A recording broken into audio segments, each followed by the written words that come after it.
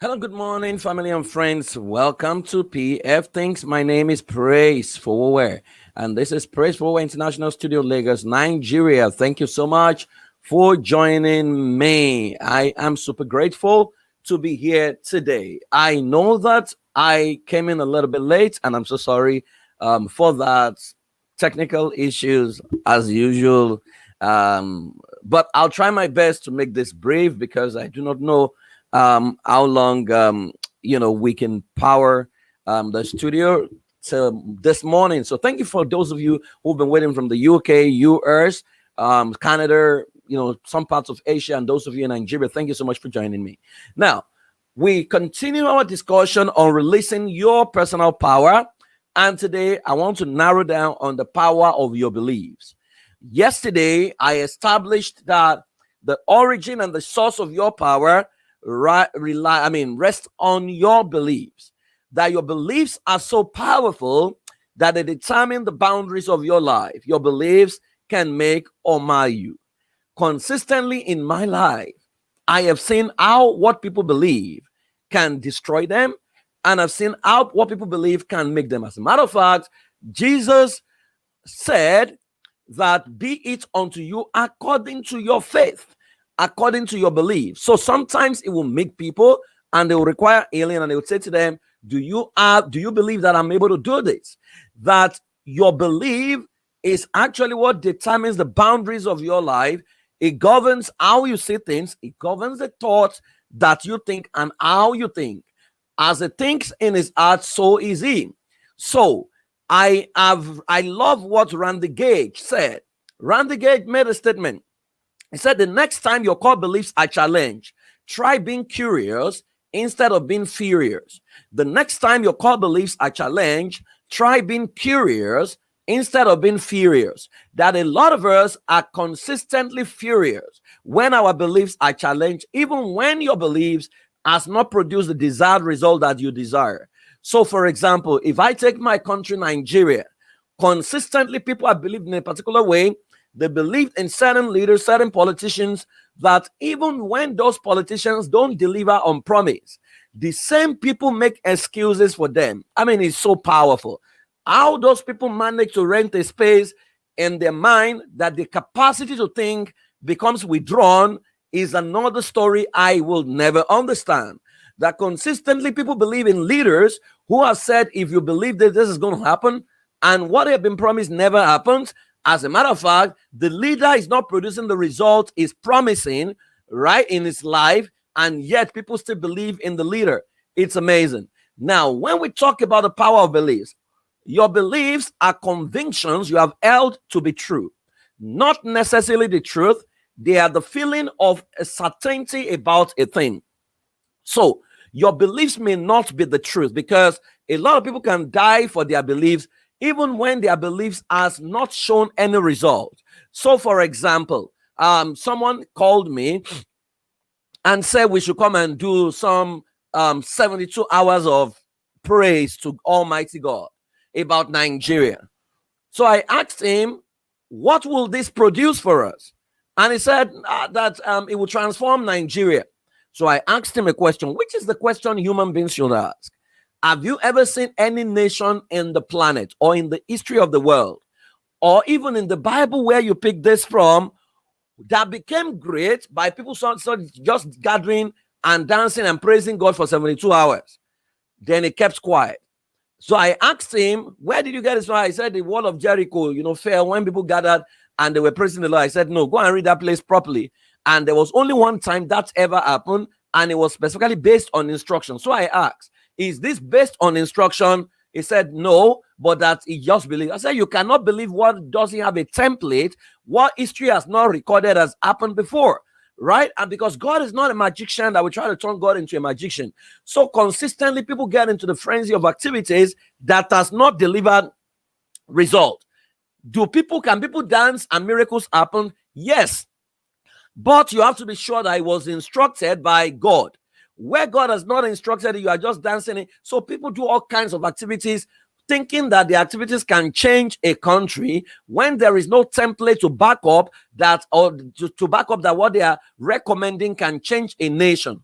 And Even when they do it and there's no result, they still want to repeat it. So what I've learned to do as a human being is the moment you have done something twice and I've observed and I've realized I cannot produce the result you have promised, trust me, I'm not going to show up there the third time. I would rather go and study templates and system that has worked, because the people's belief is what makes them repeat the same thing, even though they caught it. Insanity is repeating the same thing the same way and expecting a different result, but you see them keep doing it even when it cannot produce a result. So your beliefs are convictions you have held to be totally true. It doesn't necessarily mean that your belief is the truth. They are your feelings about a certainty about the thing. There was once upon a time in your life when you were given an alligator toy or a crocodile toy that you believed it was going to bite you. It was at the base of your belief. So you ran away from it. You cried as a child. But after a while, as you grew and you knew it was a toy, your beliefs changed and suddenly you could hold it because you knew that it had no power to destroy you. The same thing, there was a time in your life you believed that airplane was actually going to heaven, right? But with time you knew that it was simply a means of transportation. There was a time in your life you believed, several things that has changed over time. I mean, I'll tell you some of the things I've believed. I've believed before in my life that ladies who wear trousers were going to hell. Confession time, right? I have taught it way back on campus because I was under a leadership in a town called Iworokwe Ekiti, and that was what my leaders taught, and that was what became my beliefs. So if I saw ladies on weave-on or ladies on artificial hair, artificial nails, I concluded they were going to hellfire, right? Where did I get that beliefs from? The people I entrusted my mind into. So I believed it, I taught it. I mean, even though I was never a lady, I taught it that, ladies who wear weave-on, they can pray on their hair and it will not cut. I didn't bother to even check.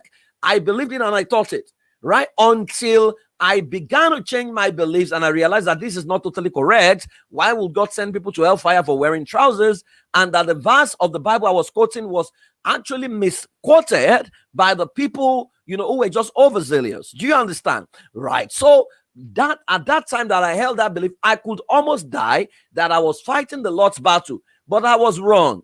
So your beliefs are your convictions you have held to be totally true, not necessarily the truth. Number two, your beliefs determines how you see the world and the quality of life that you live. So, for example, a lot of people believe that, their own religion is the only religion. Other people's religion is not from God. And they believe that, and that makes them make enemies. In fact, they have killed people. They have destroyed people. People believe, for example, that, without this person, a country cannot be great, and they gravitate towards the person, even when common sense says this person does not have the capacity to make your country great based on his track record. But they believe, this man has integrity, so let us follow. Meanwhile, it's not just integrity that takes to build a country. Competence is required, but we all move in frenzy because we believe. So it determines how we see our world and even the quality of life that you live. Where you are today is a direct function of your belief system. That if you want to change your life, if you don't change your belief, your old belief is going to sabotage your new belief, or the new belief you require to make your life better. Number three, your beliefs can either empower or sabotage you, because it can make you say no to what you truly want because it didn't come in the form expected. So, for example, someone is praying. A Christian is praying to God. God, bless me, God, I need money, bless me.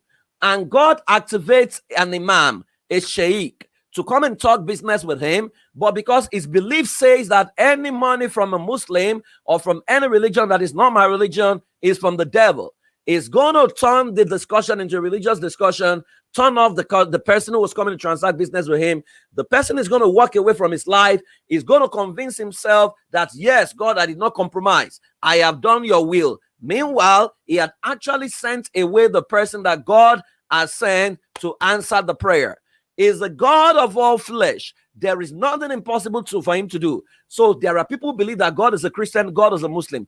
Meanwhile, God is above the two because the two are man-made, right? So consistently, people self-sabotage. They deprive themselves of what God has made available, what the divine power are sent towards them based on their request, simply because they do not have the capacity to open their mind to embrace what humanity and divinity has made available. So they live within the silos of white, black, brown, red. They live up, down. They don't see the shades of gray. That is available. They live within the ambit of right, wrong, Christian, Muslim. They just want to create a polarized world. So when God activates another human being, they refuse to see a human being. What they see is race, religion, color, and what have you. So your beliefs can either empower you. So the question is, what have you missed out on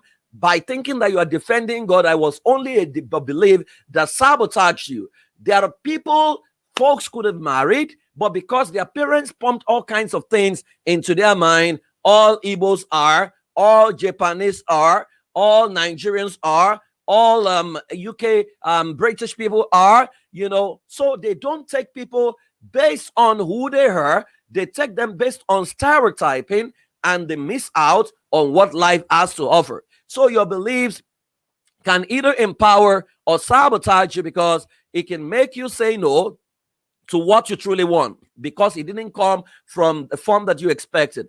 I have always said to people that the greatest hindrance to prayers is your inability to recognize your answer when it shows up in the form that God wants it to show up from. So people are praying to God, but they expect the answer to come in a particular format. Consistently, I see people, they pray to God for a car, and they expect the car to show up just like that. So even when God sends an idea from a source that they don't believe in, they don't have the capacity to pick that idea, because they are already biased in their mind. Now, if God has spoken through a donkey before, then you will be limiting God, thinking that he cannot activate even an atheist to be an answer to your prayers. Number 4, your beliefs is the greatest prison anyone can be in, especially when they are limiting. And they're so powerful that sometimes it never responds to pain. Yet, the greatest freedom that you can experience, anyone can experience, is also in your beliefs. So let me break that down a little bit. You can be in the prison of your mind, the prison of your belief, right? That it can so limit you that even it doesn't respond to pain. So, for example, someone believes, like I was sharing yesterday, I believe that only God, if abroad needs me, abroad will send me visa. I believed that for a long time, and I did not travel out of my country until I changed my belief. But there are people who still have that belief, that even when they are reality, they are already 60, they've never traveled. Pain is already showing them that you may not travel based on this belief, but they will rather die than change their belief. You know why? Because especially when there is a group of people who believe what they believe, and deep down in their soul, they know something is wrong here, the fear of standing away from the crowd becomes what looks like pain for them. So the capacity to pull themselves away, to say, guys, we are jogging towards destruction. This is not working. They consider the pain of losing face, of losing, the patronage, or of losing the company of the people they have moved in the wrong direction before. And they would rather say, let us go together and perish than change my mind. So your beliefs is the greatest prison anyone can be in, especially when they are limiting. And they are so powerful that it never responds to pain. That even when life consistently shows you pain, that this your template may not work, people will still insist on that template, hoping that it changes, right? Because they are not willing to change their mind. Show me a man who is not willing to change his beliefs, even when his beliefs cannot deliver the result that he has been promised, then I'll show you a man who is headed for destruction, right? But your beliefs can also free you, because it's the greatest freedom and liberating experience you can have. I have been to the two sides. I have been through the close-minded side, where I never believe anything, that contradicts what I've held on to. And I saw how limiting it was for me. But I've moved to another side where my beliefs liberate me, where I no longer take every information from a position of acceptance. I take them from the standpoint of curiosity. What it has done is it has helped me challenge thoughts and conventions. It has helped me challenge my mentors, in a respectful manner, and consistently, it has helped me make them better. Which is why I say to people that the criteria for followership cannot be ignorance. The criteria for followership must be knowledge. That a lot of people think that some leaders prefer sycophants. Leaders don't actually love sycophants, except a leader with low self-esteem. But you cannot use the word leadership and low self-esteem in the same sentence. If you have low self-esteem or insecurity, you are not a leader. Right. But even those ones, they want the truth. The problem is, out of zealousness, we don't know how to provide the truth. So I sit in the back room of a lot of leaders, and I'm able to communicate the truth, which has helped them, because everybody loves truth, depending on how you present it. Now, number 5, the greatest carriers of truth are often the greatest carriers of error. Therefore, it becomes easy to embrace a disempowering belief because he or she said so. I say to people that truth cannot be because someone said it. Truth must be based on the fact that it is true. The problem we have is, especially in Africa, truth is dependent on who says it. So if a madman speaks the truth, we are not likely going to embrace it. If a religious leader lies, we're going to embrace that lies as truth because we believe that it's come from God. Let me tell you, no matter how much a man hears God, there's an element of fallibility, because divinity is communicating with humanity. Your humanity has a capacity to mix up what divinity is saying, and you use your human element to edit what divinity is saying in a way that is now your voice that is speaking and not the voice of the divine. Now the respondent or the hearers must be intelligent enough to read in between the lines, which is why they also must have the capacity to hear divinity by themselves. Sometimes God gives instruction to a man and he generalizes it for everyone. Maybe the man has a bad leg and he couldn't wear shoe. He turns that into a doctrine for everyone to say the best way to serve God is not to wear shoe. Now, the greatest carriers of error. So never ever get to the point where you believe that a man is infallible. I no longer believe that. As a matter of fact, I was speaking somewhere and I mentioned the name and I said, that is the only man in this world that whatever he says to me, I consider it to be the truth. And someone called me aside and he said, Praise, the greatest carriers of truth are also the greatest carriers of error. He says, if you take yourself away from the love you have for him, which is clouding your judgment and makes you believe that man is God, you'll begin to spot errors.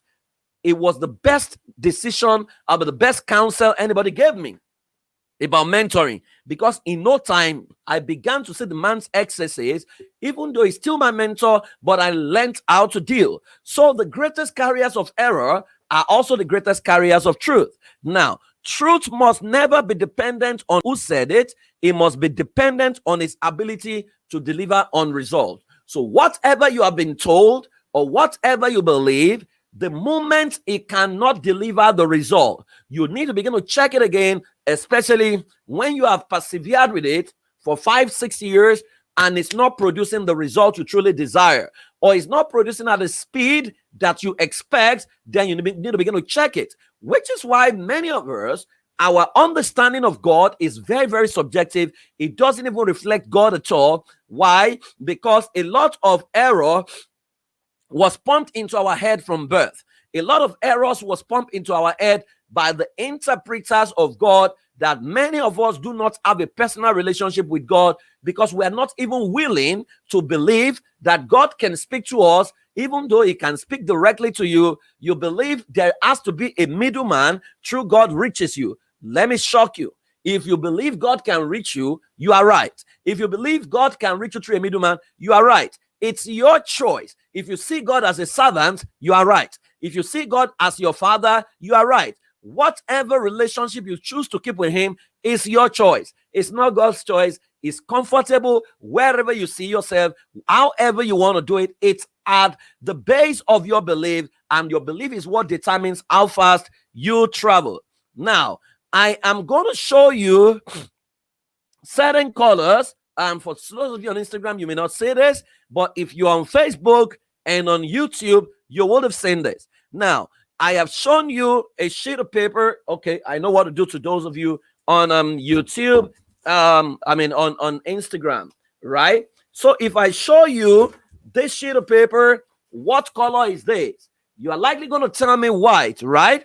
Now, for those of you on Instagram, you can see that white paper is called white. How did you arrive that that was color white? Because you were told, isn't it? Yes. But I've shown you another picture there, which is a man from Spain, right? If I ask you what color is this man, you will likely tell me white. Question: does this white look like the white you were taught in school? Right? But you believe that this man is white, even though the color white you have been told totally contradicts this color. This color looks more like yellow or orange, but you believe that this color is white because you were told it's white. That they told you a race is black, even though they don't look black, but you concluded that it's black and you agree that it's black, right? And so if you had gone for an exam and they have shown you the color of that man and they say pick white among these, and they show, I'll pick the colors of what is the color of this man, and they show white, black, brown, cream, right, and none of the above. That your answer in an examination would have been none of the above. But in reality, in real life, in fact, some people would say choose white, even though the white you were told totally contradicts the color of that man. But by yourself, with all your degrees, with all your intelligence, you still conclude that this man is white, that man is black. And despite the fact that everything you were taught about black and white contradicts the skin color of those men, that is how powerful your beliefs is. Now you know that that is not true, that that man is white, but you believe it, you confess it, you say it, you behave based on his skin color. In fact, you admit that is superior to you simply because of his skin color, right? It's simply advertising, and that's how deceptive your beliefs can be. That's how manipulative a belief can be. Now, so for example, I love to ask, why is God white and why is the devil black? Every movie depicts God as white, depicts the devil as black. So the person that is representing God will usually wear a white cloth. How did we arrive at that? And how did we arrive that the devil is black? Have you ever seen a black devil before? I actually believe that devil is a spirit. He has no color. It depending on, it is dependent on the recipient of the spirit that he carries. So if you want to slap it right now, it's going to enter someone and it's going to make me annoy the person, right? Why do you look up when you talk about heaven and you look down when you talk about hell? So when people, I ask, where is heaven, right? People will look up. Look to the heavens, right? Of course, I know there's an interpretation that says the sky is heaven. But where is heaven? People look up. Where is devil? Hellfire. They look down. So they say, we cast you into hellfire. They are pointing down. We send you to heaven. They are looking up. Where did they get that from? Has anyone got to heaven to know that heaven is up and hell is down? What if heaven is in your heart? What if heaven is down? What if hell is up? Now, these are the things that people have believed that they have not asked questions about. Let me ask you another one. Where is up and where is down? Now, people will say this is up, this is down, isn't it? You are right. But let me ask you a question. Is the earth flat? In fact, at some point in time, the whole world believes that the earth was flat in shape. Are we together? Now, when we believe that the earth was flat in shape, people that wrote exam and wrote the earth was spherical in shape, they failed the exam. They couldn't progress because everybody believed that the earth was flat until someone went around the world and realized that the earth is a cycle or spherical. Now, the Bible says that God sits on the circles of the earth. That has been in that book for a long time. Nobody believed it. But now it's believed that the earth is spherical. So if the earth is rolling, right, where is up? If you are under the earth and the earth is rolling, where exactly is up? So up, if the earth is rolling, up can be here this minute. Next minute, if it's rolling, so it's rolling like this, it's rolling like this. So actually, so imagine you are singing, for those of you who are Christians, Lord, I lift your name on high, or lift up your hand, and you are saying, Lord, I lift your name on high, and someone's hand is here, right? Then someone's hand is here, then someone's hand is here to the sideways. You are likely going to conclude that the person is wrong that only the person who puts up his hand up is right, isn't it? That is your belief. Meanwhile, if the earth is round and is rotating, right, up can be here, it can be here next minute, it can be here, it can be here, it can be here, it can be here, it can be here, it can be there, right? Which is why, I mean, when someone comes out to believe that witches gather 2 a.m., 2 a.m. of which of the time zones? Is it GMT? Is it West African time? Is it Pacific, Oceanic?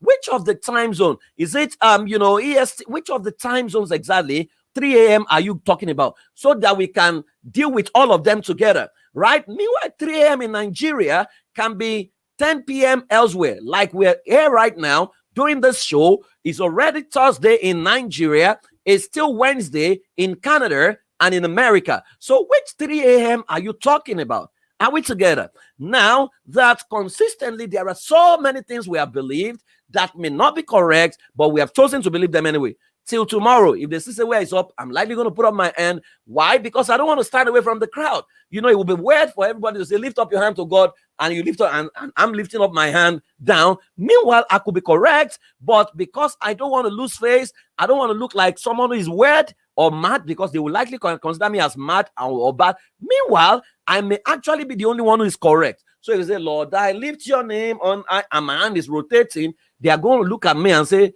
this guy is behaving in a strange way. Let us arrest him before he runs mad. Meanwhile, they may be wrong, I may be right, but I'm not willing to challenge their wrong, because majority of the people are in that error. The same way you look at a man and you say, this man is white color, right? When you know that that is not color white, but you will believe it, you will accord the man the respect based on your belief. That's how powerful your belief is. Your belief can be wrong, and you will hold on to it, and it will serve you, it will sabotage you, but you will convince yourself that this is the truth. Now, question is, how are beliefs formed? How are beliefs formed? I have listed a number of ways beliefs are formed, which includes, number one, your handlers, your upbringing. Most of your beliefs are formed by your upbringing. When I was growing up, we were not allowed to question anything.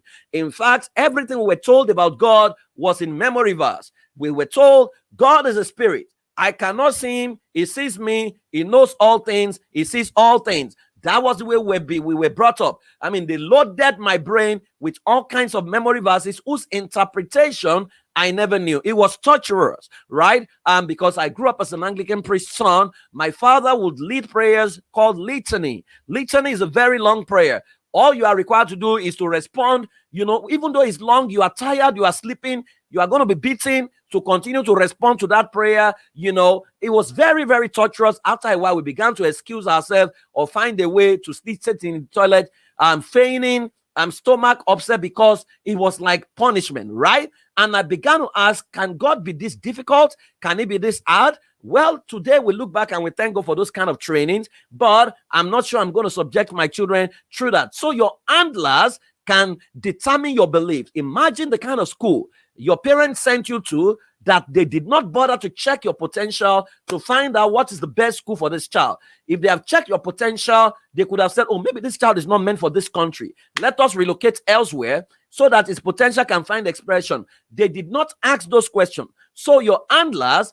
they will load your brain based on their worldview, based on their belief system, which is why if you were born a Christian, everybody expected you to remain a Christian. If you were born a Muslim and you say you want to practice Christianity, all hell will be let loose. In fact, you may get killed in some places because you will be treated as an infidel. Nobody cares about your fundamental human right or your capacity to choose. We forget that there was a point in time on this planet that there was no religion, basically, right? Or it was only traditional religion. But now people will kill over religion. So your handlers, would have determined your belief because they would have determined your filters in your formative years. Number two is your environment. Your environment can limit you, or it can sabotage. It can limit you, or it can empower you. I'll give you an example. I used to work with commercial sex workers. So there was this girl who all alive has lived in Ajegunle. Ajegunle is a ghetto part of Lagos State, right? And so I was rehabilitating her, and she needed to get a job. So I went to Nikon House on third main, I mean on the island in the part of Lagos. It's about 40 floor building thereabout. I hope I got it right. And I went to negotiate with my uncle who works on the 12th floor, 14th floor, something like that. So I used the elevator, negotiated the job. So my uncle said the girl could come and resume as a cleaner. I gave her the address, gave her transportation, go to the island, go resume, 14th floor. She got in there, she saw the elevator, and people were going in. She ran in and she ran out, and she ran back to Ajegunle. We were looking for her everywhere. I had to go to Ajegunle and now found her. I said, what happened? She said she saw people entering something and was taking them somewhere. She didn't know whether they were ritualists, and she ran away. Now, her mindset limited her, restricted her, because she had never seen an elevator before. So your environment can limit you. So when I was preaching that ladies who wore trousers were going to hell, it was because my belief was environmental. The people that taught me about religion were people in Iworoko Ekiti. People had never been to Lagos. People were not exposed. So what they taught me, they made me see other ladies who were genuine, who were not sinners, as sinners simply because they wore trousers, they painted their nails, they wore lipstick, And right now, I feel very comfortable with whatever anybody wears. I don't even judge anymore, right? But see where I was. See, I would teach people and I would talk them down way back. But guess what? There are still people who are where I used to be, right? In those kind of climb, which is why you see that Christianity or Islam takes on the culture of the people he meets wherever he goes. If he goes to Japan, it becomes an excellent quality control Christianity or Islam. If it comes to northern Nigeria, it looks like a primitive religion. Why? Because of the culture of the people, right? But people will not accept that their culture has mixed with faith to produce a cultural faith, right? They will rather die that this is what God said, even when the nations that brought the religion have totally changed. You get to Israel. Israel is the science and technology capital of the world, basically, right? You go to Saudi Arabia, they've embraced technology. Go to northern Nigeria, they still fight over, things that you wonder, do human beings in the 21st century fight over this? It's a function of belief. And if you come to Christianity in Nigeria, you see us pray over a transformer when we could have simply fixed it. I prayed on a faulty generator many years ago on campus. It was a 9-year-old generator that was obviously old, but because we were poor, we concluded that it was the devil that was affecting the generator. And we would lay hands and pray every time we wanted to start service until I got to a point that we began to contribute money to buy a new generator. And the day we bought the generator, we stopped praying that prayer. I'm so sorry. Power has gone off from my studio right now, but I think I can continue. So number 3 is knowledge, and knowledge can be acquired, right? And so your knowledge of God, your knowledge of human being, your knowledge of the people in your life, all forms of knowledge can actually determine your beliefs. So who is the person that is feeding you? Who is the person that is teaching you? Who are the teachers that you have embraced into your life? The people you have surrendered your soul to? Who are those people? What school did you go, right? It could have sabotaged you, that you no longer aspire for certain things by the level of knowledge you have been exposed to. Knowledge of God, knowledge of human beings, knowledge of other people, knowledge of other culture.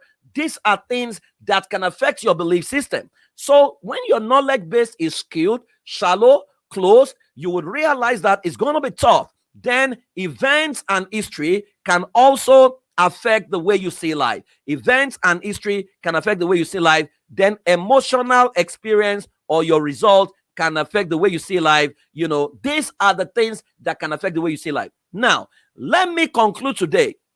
I'll continue this, or I will redo this probably when there is power, when power is restored, that you are a meaning-making machine as a human being. You are a meaning-making machine. You are limited by the interpretation you give to everything, that nothing means anything except the meaning you attach to it.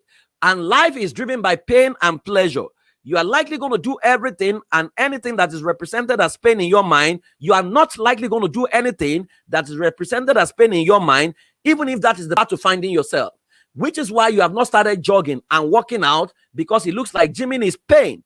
even though gymming is the path to your health fitness, you are going to conclude that, it's not everyone that can gym, right? And you will not move your body and you will be over bloated simply because it looks like pain. But when gymming looks like pleasure, you will find out that you find it difficult to do it, right? So every time you see someone, who is achieving a result that you have not achieved, it should be a reminder that your beliefs is disempowering, right? So if you check your handlers, how were you raised? If you check your environment, if you check your knowledge, if you check your events and your experience, if you check history, if you check your emotional experience or the result that you have gotten in your life, you will know where your beliefs came from. So what I want you to do today, I want you to begin to challenge your beliefs one after the other and say, where did I get these beliefs from? Who taught me? Who told me? Where did I hear it the first time? If you consistently do that, you will be shocked at how much erroneous things you have believed in your life. I love that part that says, all things are possible to him that believe. I will stop here for now because there's power outage in my studio.